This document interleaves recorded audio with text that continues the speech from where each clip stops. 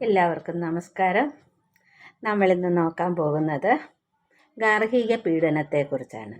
എല്ലാവർക്കും അറിയാമായിരിക്കുമല്ലോ, ഗാർഹിക പീഡന നിരോധന നിയമം, അങ്ങനെയൊരു നിയമമുണ്ട്.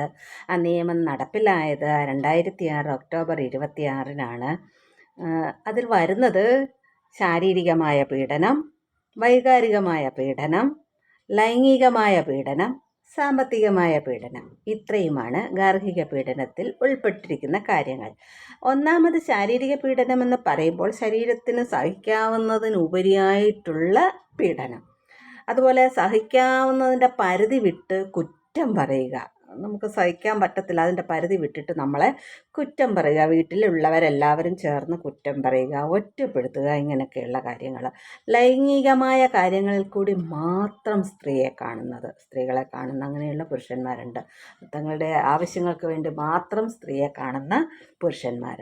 അതുപോലെ സ്ത്രീയുടെ അനുവാദമില്ലാതെ അവളുടെ പ്രോപ്പർട്ടി വിൽക്കുന്നത്, അത് വിറ്റാൽ അനുവാദമില്ലാതെ എന്ത് സാധനമായാലും, അത് സ്വർണമായിക്കോട്ടെ, വസ്തുവായിക്കോട്ടെ, എന്തുമായിക്കോട്ടെ, അനുവാദമില്ലാതെ വിറ്റാൽ, ഇതൊക്കെയാണ് ഗാർഹിക പീഡന നിരോധന നിയമത്തിൻ്റെ പരിധിയിൽ വരുന്ന കാര്യങ്ങൾ. ഇതിനൊക്കെ നമുക്ക് പ്രൊബേഷൻ ഓഫീസിൽ ചെന്നിട്ട് പ്രൊട്ടക്ഷൻ ഓഫീസറെ കാണാവുന്നതാണ്. അവിടെ നിന്നൊക്കെ സർവീസ് പ്രൊവൈഡേഴ്സ് ഉണ്ട്, അവരുടെ സേവനം നിങ്ങൾക്ക് ലഭ്യമാണ്. അവരവിടെ നിന്ന് സമൻസ് അയക്കുകയും അതിൻ്റെ ബാക്കി കാര്യങ്ങൾ അഡ്വക്കേറ്റിനെ വെച്ചിട്ട്, പോലീസിനെ വെച്ചിട്ട്, മജിസ്ട്രേറ്റിനെ വെച്ചിട്ട് നമുക്കതിനുള്ള നടപടികൾ സ്വീകരിക്കുകയും ചെയ്യുന്നതാണ്. ഓക്കെ.